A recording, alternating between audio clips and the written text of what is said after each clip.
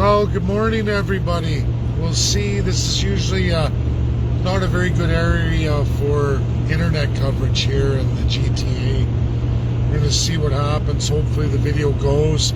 It's very important. I'll see if people log on. Hopefully the video doesn't get cut, but that's the GTA and that's the downfalls of terrible infrastructure. But hopefully it's going, and I know, because if people don't log on and I don't see, it usually means, oh, there's Razik. Okay, awesome. Okay, good enough. It's very early, I know, extremely early out west, but I've got to find myself a job here. Things have gotten ugly, and that's just the weight of the world. I want to talk about the Russian dollar versus the American dollar. When we look at the American dollar in world trade and products. Now, Canadians, you trade predominantly north and south. You trade an American dollar. This is the deep division of east versus west. But today this video is going to explain something to every Canadian in first person about Russia. In real economics, real Russians, real video. There's a viral video of a young Russian, his wife learning to speak English. His wife was taught in school. They have a newborn baby. They're a low-income family. They have a beautiful home, a lower-end car, and they go around driving to every Russian gas station. I just want to ask a question here, Canadians. If you're not totally programmed or totally manipulated by media here, because I'm going to give you a real economics lesson. When you go to a gas station in Russia, they're much the same as our Petro-Canada or Shell or Mohawk. The list goes on and on and on. Esso goes on and on and on. They have their own brand, their own versions. And just like Canada, they sell in liters too. The difference is they sell in not ruble, which is the Russian dollar. They sell per liter in the Kopek. The Kopek, ladies and gentlemen, that's the ruble cents. Ruble cents. The equivalent, as done as best as that man could do with the great tutelage of his wife. Russians are extremely talented in linguistics. A lot of Europeans are, but specifically a very strong talent, a strong ability of the Russian people is in linguistics. Many languages, they pick them up easy. It's definitely not in my DNA. I'm what is referred to as a monolinguist. But I have excellent skills in mathematics. And it seems to translate well into law. And at least in language crossover, in meaning. Been very good at it, always did well in law, always did well in contract, always did well in step-by-step processes, directions, crossing my T's, dotting my I's. May not be the best writer out there, by no means any measure of any high-end academic literarian. I work very hard at it to get by. I do okay. But I'm no expert in the literary category. Russia speaks Russian. That's the primary language.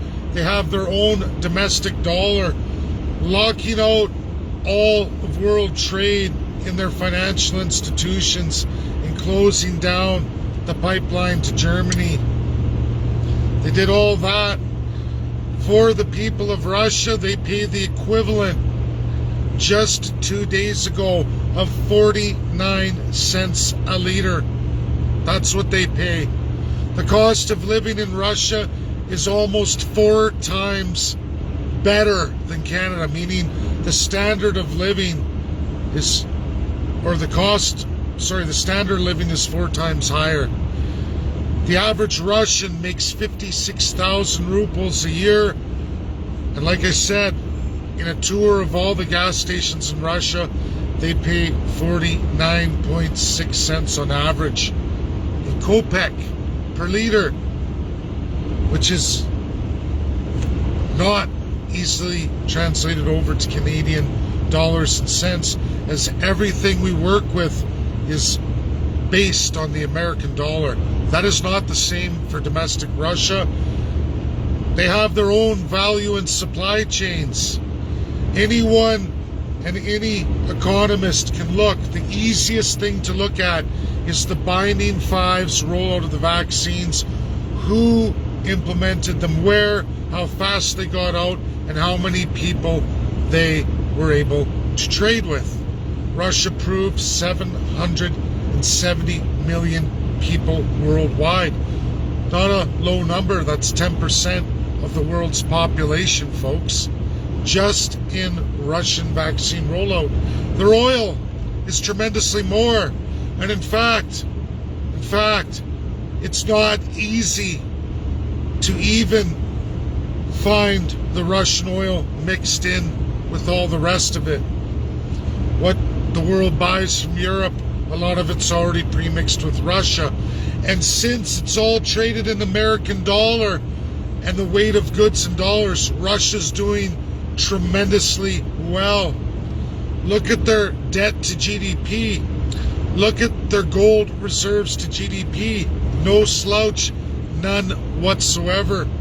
Completely way ahead of the United States in independence of any world economic circles.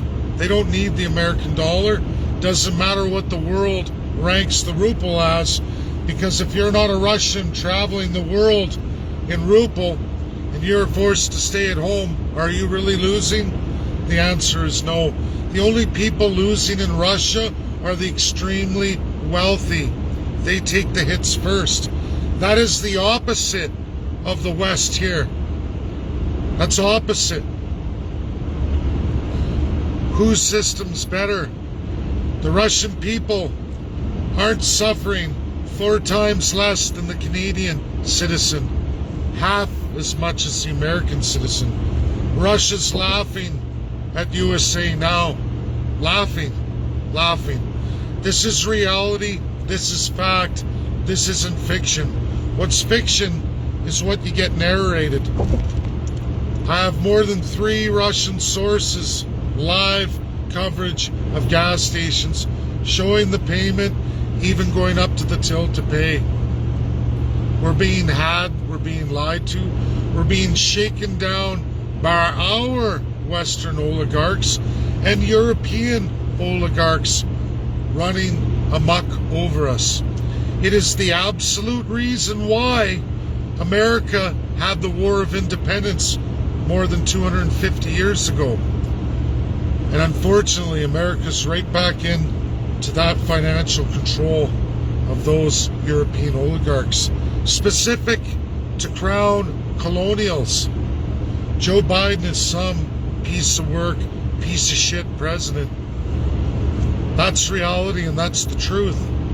People can say they don't like the truth, but the Russian people are not suffering, not nearly as much as the crown jewel of the Commonwealth for the Royal Family Canada. First to lose, always highest to pay, #1 funders of the NWO.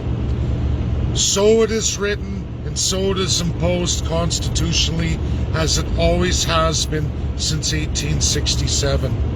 Justin Trudeau and all the opposition parties to remain in power, to have their full autocratic crown power, must give this power constitutionally to the royal family, and so they do. You all pay. You pay more than everybody else, funding somebody else's strike against all the people. Thank you. That's my video.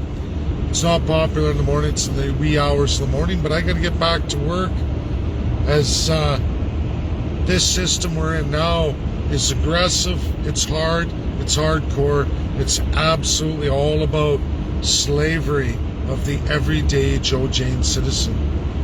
Many are waking up to the reality that is imposed on Canada and many others in that same system build. One that's to be outlawed worldwide, and Russia stands firm. They're not going to lose. look at USA over and over, do exactly what I told you they would do, folks. NATO's not doing anything to implement a World War III or do anything that could compromise USA as a P5 member going forward. The P5 do not want to lose their powers in this world. They don't. The world will be not a good place. Now, Canada would love that, but the reality of a post-national state is, chances are Canada would be hit not by Russia, not by USA, but many other countries you least expect. And without a UN and without a system in place like that, who's going to stop them? Everybody says, oh, USA, USA, USA. USA is America first, and they will only protect their supply and value chains. They don't care who pays. That's reality, folks. If you don't believe me, just have a good look at Ukraine and that actor, Zelensky, president from a boy band, and everything he's doing and saying is not coming to pass. They're going to lose that whole side of Ukraine back to the predominantly Russian-speaking citizens thereof, not traditional Russian boundaries. Polish people are angry, many ex-Soviets are angry. That's not the reality of a federalism, and that's not the reality of the Russian-speaking people. Thanks, that's my video. Like it or love it, that's the truth. I just tell you the truth as it really is. Share, share, share, get it out there. That's real economics. People trade goods, and how each country values them is up to that country. Russia is more than capable, at least with at least 10% of the world population, to generate more than what they need, more than 161 million people could ever dream of. Canada can't boast the same. Thanks, that's my video. Share, share, share. Bye now.